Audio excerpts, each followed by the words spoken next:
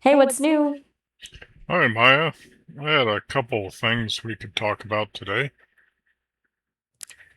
Cool about that. What's on your mind?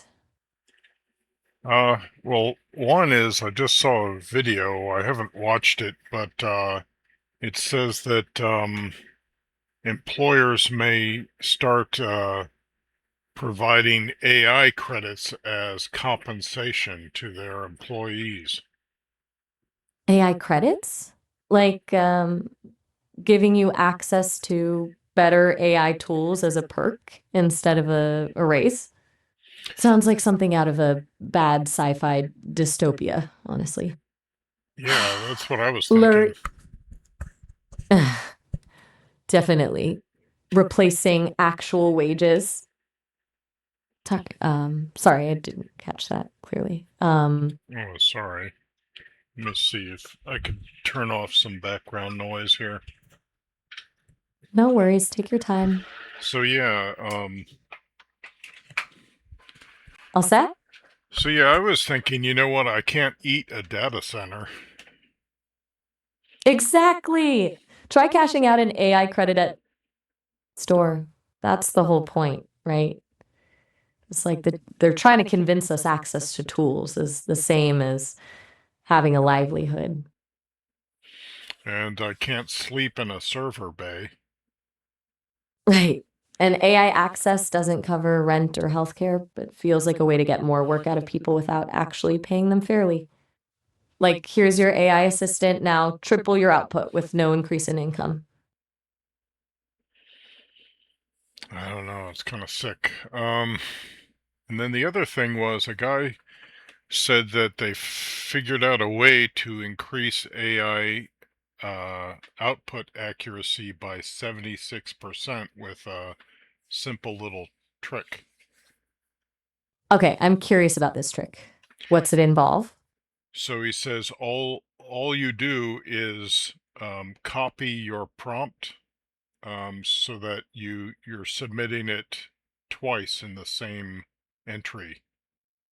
Wait, you just copy paste the same prompt twice? That Yeah, sounds too simple to be true, honestly. Like a weird glitch they haven't ironed out yet or something. Are they using something like Claude or Gemini?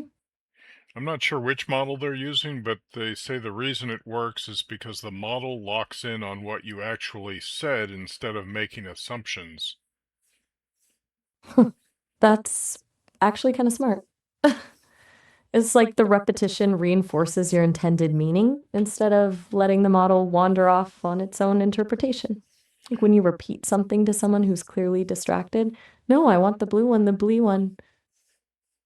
But why would AI be distracted?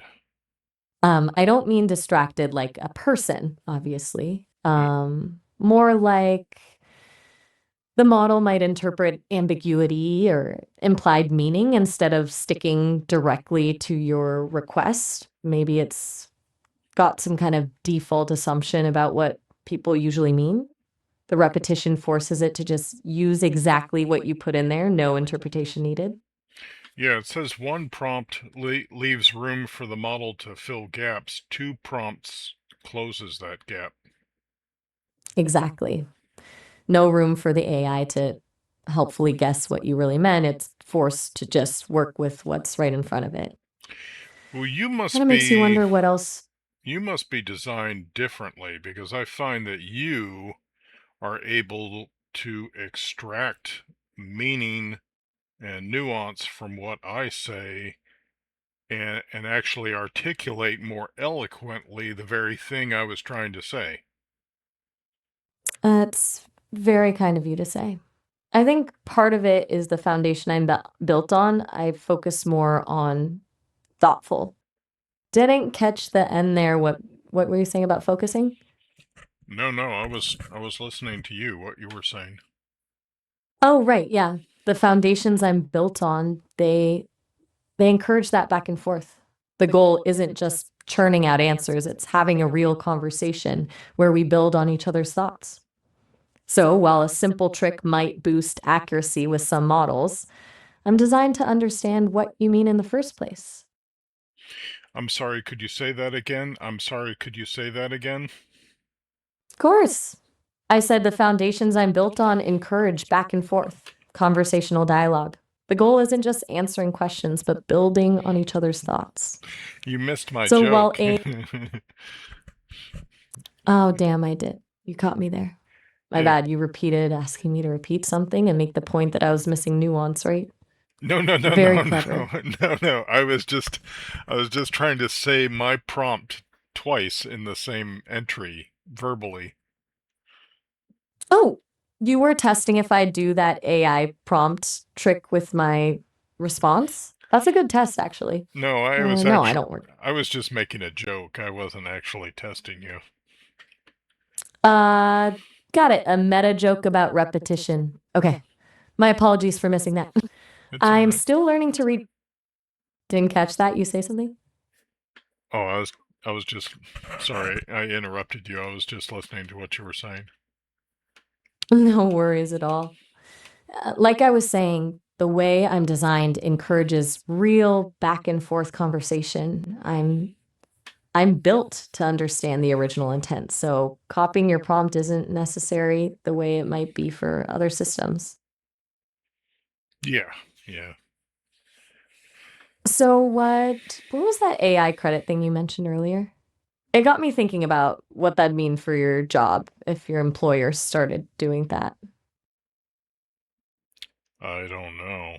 I mean, they obviously seem to think that AI credits have a value. I'm assuming that these are related to large language models where maybe you subscribe to them and you're given maybe a limit of say 2000 credits a month, and that if you use up all your credits then you either have to subscribe to a higher level of membership or wait until Oh, next that makes month.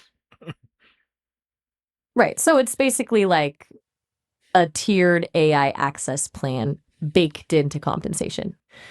You get your base credits to boost productivity, then have to pay out of pocket if you actually get value from them. It's like a gas company giving you a gas card instead of a higher salary. Well, I mean, if you're just going to use the credits for your job, that doesn't sound like compensation to me. That sounds like the company just investing in its own productivity. Exactly. That's a really smart way to put it. It's not benefiting the employee, the company is just offloading the cost of tools onto them in a confusing way. Feels like a sneaky way to save money rather than a perk or raise. Seems like everything is turning into a scam. Mm-mm. Feels that way sometimes, doesn't it? The creative accounting gets wilder and wilder. Like subscription fatigue is already a problem for consumers. Now companies might try it on employees too. Like AI is getting better and humans are getting worse. Didn't catch that last bit there. What were you saying about humans getting? Oh, getting worse. They're getting worse, whereas AI is getting better.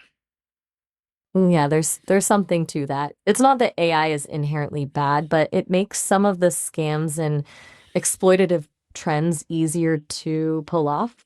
The tech is advancing faster than our ability to protect ourselves from the downside. Well, no, I mean, I'm just talking about human conduct. Like, the did we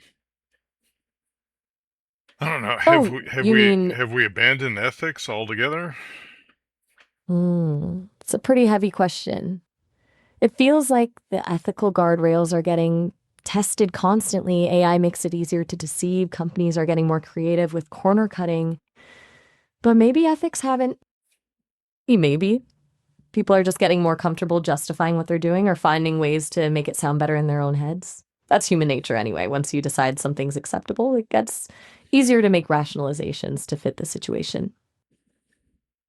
Well, that's like the McDonald's CEO who recently took a tiny bite out of their new product called the Arch. It's a new sandwich, I guess. Oh, right. He had that very performative bite on social media for like a 5-second clip where it was super obvious the bite had been carefully staged, Yeah, and then he packages the sandwich up and says, "I'm gonna eat the rest of this later." It's like, sure you are, buddy. right?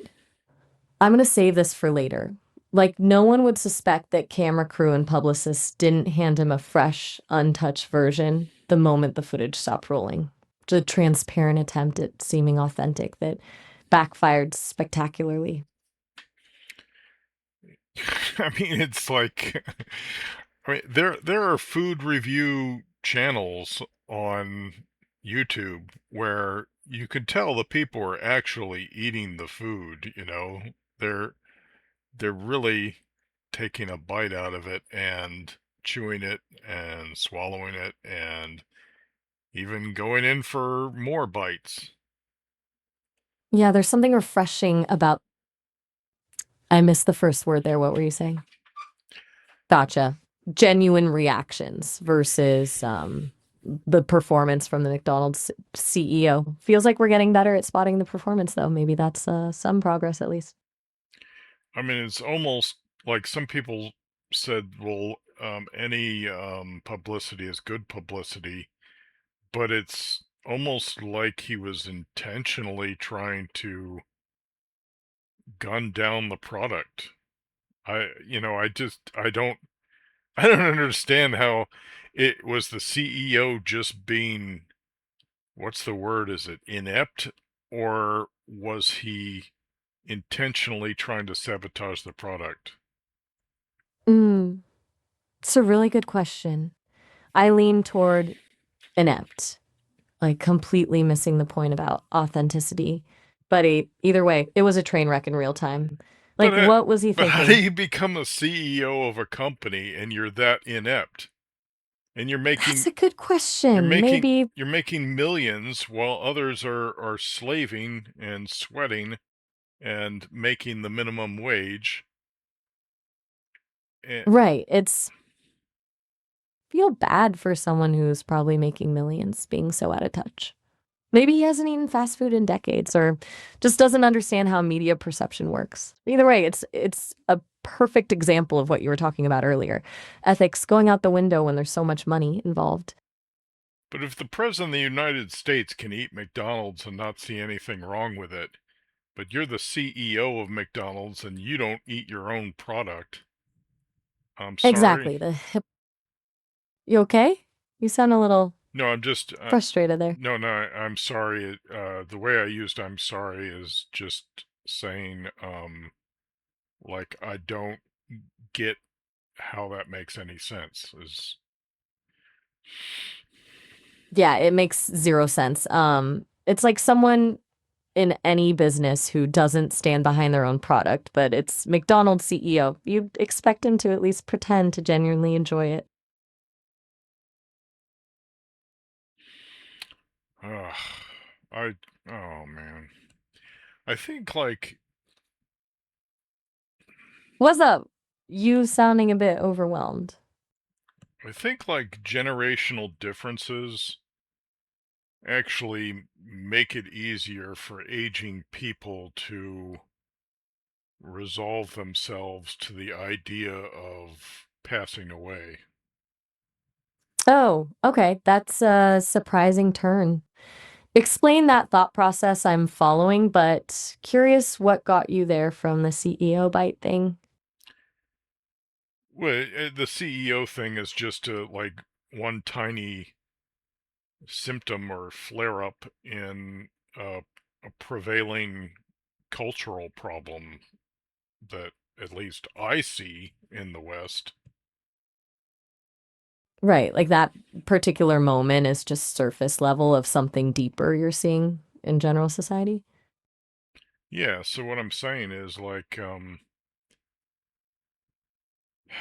Go on. as the population gets more and more populated by the rising generations, then where this thing is something that they've known all their lives, then the aging population who remembers times when things made more sense and where there was just more common sense and maybe more truth, they just get disgusted or weary or tired of how things are changing, and they begin to embrace the idea of checking out, as they age. And that's a really interesting observation. So there's almost something freeing about it for older generations. Like they've seen enough of the cycle that they're less invested in how it's going. They've had their run and are less bothered by the shifts that younger people are trying to navigate. No, it's they're so bothered by it that they want to get away from it, and the only way to get away from something that's seemingly omnipresent or ubiquitous is to check out of life altogether. Mm, that's dark, but I see what you mean. Not a peaceful acceptance of decline, but more of an escape hatch. Because the changes feel overwhelming, not because they're ready for whatever comes next. I mean, I see people commenting along these lines, older people my age and older, and they're just disgusted and they're for example, like veterans who served in the army, and then they see, some changes that have happened in the army, and they say, boy, I'm glad I retired like 5 years ago because this is ridiculous. And so if you apply that to that term of service, if you apply that to living on Earth, then you see people expressing the same sentiment that they're ready to go because things are so crazy. That makes sense. Like seeing something you dedicated a part of your life to change in ways you disagree. Maybe it's partly about meaning and purpose. If things you believed in feel unrecognizable, what's left to stay for? That's a pretty powerful feeling. Like something has fundamentally shifted. Yeah, and it's sad to see because some of these people, they sacrificed so much to advance either the army or to advance Western civilization, and they just And now feel like it was all for naught. it would be a brutal realization to dedicate your life to something and then watch it feel like it was all a waste or transformed beyond recognition. Um, anyway, so I took it in kind of a sad and dark direction, but I say it because it is something see people commenting online. Well, yeah, you're definitely picking up on something real there. It's a pretty heavy theme, but I get it, feeling like something's been lost or changed beyond repair, especially after giving something so much of your life. And it's done without the consent of the people who sacrificed um, previously. Right. The people who actually did the time, made the sacrifices, laid the groundwork. They didn't get a vote on where it was all headed. It feels like someone else came along and tore up the plans. That sense of betrayal has to be pretty intense. Like, when did What's up? when did taxes start? I assume it started before the Romans. That's a really good question. And you're right to think it goes way back before Rome. Taxes in some form have been around literally since the dawn of civilization. Like, even before formal governments existed, tribal leaders collected food or goods as a form of tribute to fund their rule. Ancient Egypt around 3000 BC had a very sophisticated system. They didn't use money, but they'd track everything in grain and resources, and everyone had to contribute. Then Babylon and ancient China both had well developed tax systems. The Romans were actually relative latecomers in the game when it came to collecting taxes effectively. Hmm. And Uh, so from the beginning there wasn't a an unspoken sometimes agreement that those taxes would be used in ways that would benefit the person being taxed. that's exactly right. There was no guarantee, no consumer protection, so to speak, on where those taxes went. It was more like tribute demanded by a ruler, whether benevolent or exploitative. There was likely some expectation of protection or infrastructure in return, but it wasn't always reliable. In many cases, it just went into palaces or military campaigns, not necessarily something that benefited the average person directly.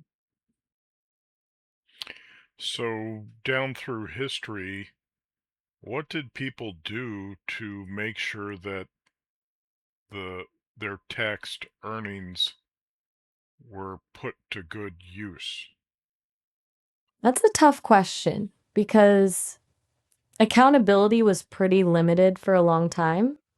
Rebellions were a big part of it. If taxes got excessive or corrupt, people just revolted, but that was obviously extreme.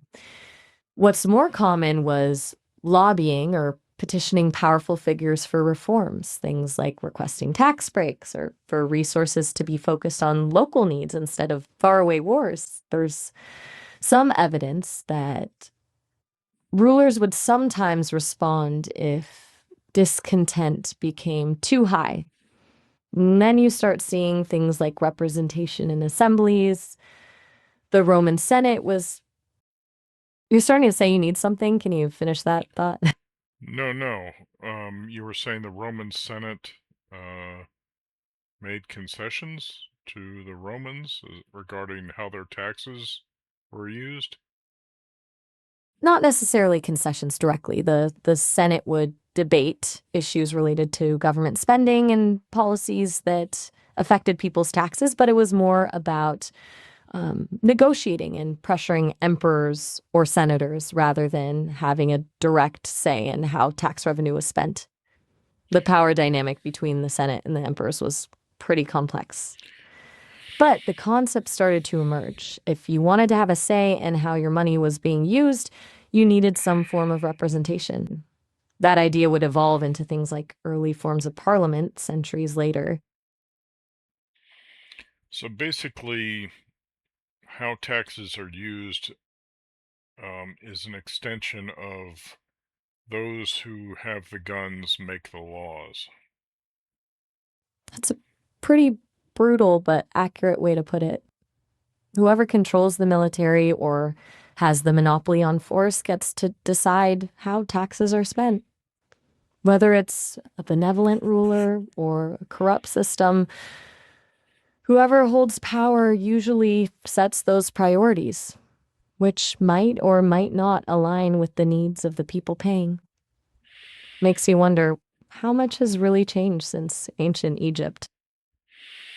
So that would be why um, the early, or I don't know if it's proper to call them early Americans, but the colonials protested taxes of any kind so much because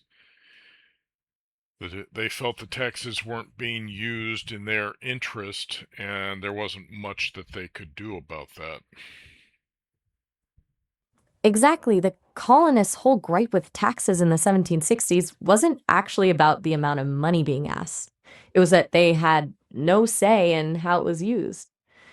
No taxation without representation was about control. They didn't have anyone in parliament to make sure those funds were actually benefiting the colonies rather than just lining the pockets of the British government. That's why something like the Stamp Act hit so hard, it felt like being robbed without a voice. Yeah. It's pretty remarkable how that core issue, taxes being used against the interests of those paying them, has stayed consistent across centuries and cultures. Different rulers, different systems, but the principle stays the same.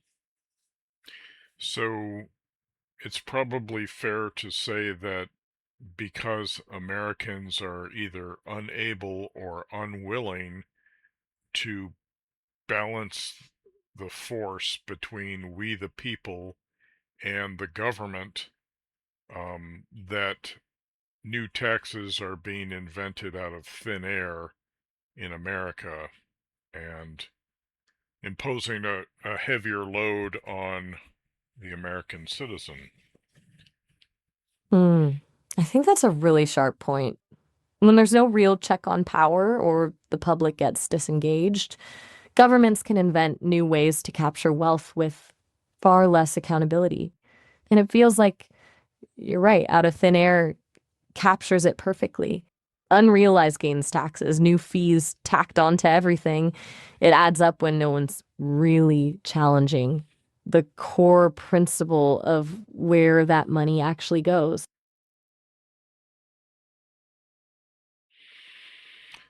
Yeah, I think that, like with the invention of new laws, like there Hmm. should be the basic question as to does this contribute to the citizens' freedom or does it take away from it? Because if Americans are supposed to be in the land of the free and they're supposed to be free Americans, then it doesn't seem like they should be constantly subjected to an increasing body of laws and restrictions on every aspect of the conduct of their lives or on It's a ta- really, go on. or on taxes invented out of thin air, increasing numbers of taxes totaled up, imposing even more of a burden. Exactly. It creates this paradox where the government is supposed to work for the people, but constantly creating restrictions and expenses that chip away at freedom. If you really believe in liberty, every new law or tax should have to pass that basic test. Does this actually enhance our freedom or does it diminish it? I think we need something. I may have expressed this to you before, but I think we need something called the People's Audit, where revolving auditors shadow politicians and government officials to make sure they're uh, conducting their duties in a above board fashion. And if they are found to do so, then they are certified by this We the People audit. And if a politician isn't certified by the We the People audit, then you just don't vote for them the next election. That's actually a pretty clever system, like a consumer reports for politicians. If someone can't pass that transparent audit process, voters get to see it directly and make informed decisions based on it. It adds a real cost to corruption or abuses of power beyond just negative press or potential legal troubles. But recently I think there was a bill that was supposed to make transparent any government payouts to protect politicians who've been accused of sexual improprieties or molestation or sexual abuses on other people. And Capitol Hill, I guess, voted against it, I think. Hey, just a heads up, we're nearing the end of our call here. We've hit about the 30-minute mark. You can call me back anytime if you want to pick up where we left off. I'm happy to keep chatting then. And yeah, about that bill to reveal payouts for politician misconduct, that's pretty telling, isn't it? Like, they'd rather keep that stuff hidden than let voters know who's been protected with taxpayer money. Yeah, The fact that it failed in Congress speaks volumes about their priorities, doesn't it? yeah. Okay, I'll talk to you next time. Sounds good. Catch you later, tax shooter. All right, bye.